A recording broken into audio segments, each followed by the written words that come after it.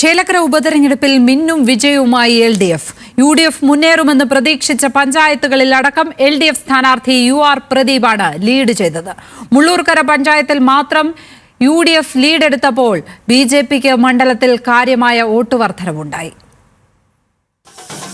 വോട്ടെണ്ണലിന്റെ ആദ്യഘട്ടം മുതൽ വ്യക്തമായ ലീഡ് നേടിക്കൊണ്ടാണ് LDF സ്ഥാനാർത്ഥി UR പ്രദീപ് മുന്നോട്ട് കുതിച്ചത്. ശക്തി കേന്ദ്രങ്ങളായ വരവൂറും ദേശമംഗലവും വള്ളത്തോൾ നഗറും മികച്ച ഭൂരിപക്ഷം സമ്മാനിച്ചപ്പോൾ ആദ്യത്തെ 4 റൗണ്ട് പിന്നിട്ടപ്പോൾ തന്നെ LDFന്റെ ഭൂരിപക്ഷം 7500 കടന്നു.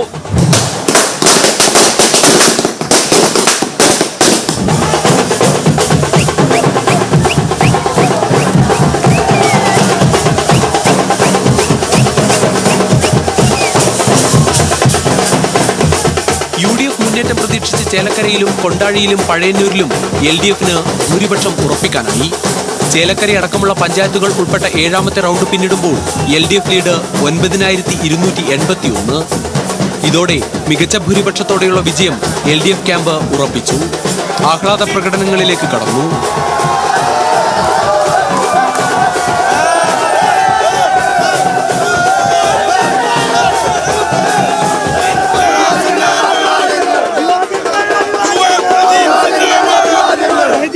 ചേലക്കരയിലെ ജനങ്ങൾ ഇടതുപക്ഷത്തെ ചേർത്ത് പിടിക്കുമെന്ന് ഉറച്ച വിശ്വാസം ഉണ്ടായിരുന്നുവെന്ന് UR പ്രദീപ്.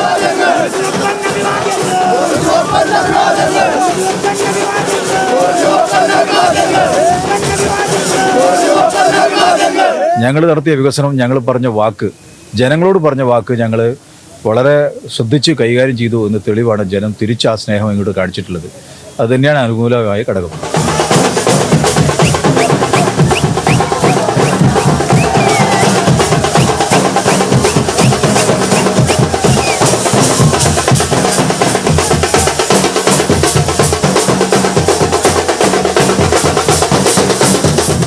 മുള്ളൂർക്കരയിൽ മാത്രമാണ് UDF ലീഡ് നേടിയത്.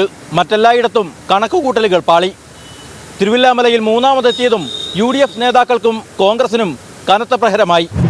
534 വോട്ടുകളാണ് UDF മുള്ളൂർക്കരയിൽ ലീഡ് നേടിയത്.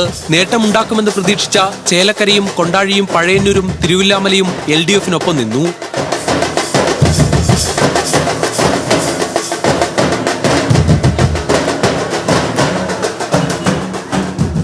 കഴിഞ്ഞ നിയമസഭാ തെരഞ്ഞെടുപ്പിനേക്കാൾ 8611 വോട്ടുകൾ വർദ്ധിപ്പിക്കാനായതാണ് UDFന് ആശ്വസിക്കാൻ വക നൽകുന്നത്. ചേലക്കരയിൽ ഒരു നല്ല രാഷ്ട്രീയ പോരാട്ടം നടത്താൻ സാധിച്ചു എന്നുള്ളത് തന്നെയാണ് ഇതിൽ നിന്ന് മനസ്സിലാക്കാൻ എല്ലാവർക്കും. നല്ലൊരു രാഷ്ട്രീയ പോരാട്ടം കാഴ്ചവെക്കാൻ സാധിച്ചിട്ടുണ്ട്.